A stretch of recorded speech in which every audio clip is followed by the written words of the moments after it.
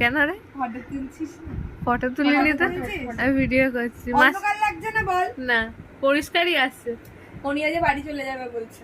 কেন মনি? মনি যেও না তো, মনি ফ্ল্যাশ অন করতো। মনি যেও না তো, আজকে যেতে হবে, অনেক কাজ আছে। কেন? কি তুমি কাজ? বাড়ি গিয়ে কি করবে বলো? সংসারী হ, তখন বুঝবি। ওই তো এও সংসারী, এটা সংসারী বলে ছেলেকে নিয়ে চলে এসেছে।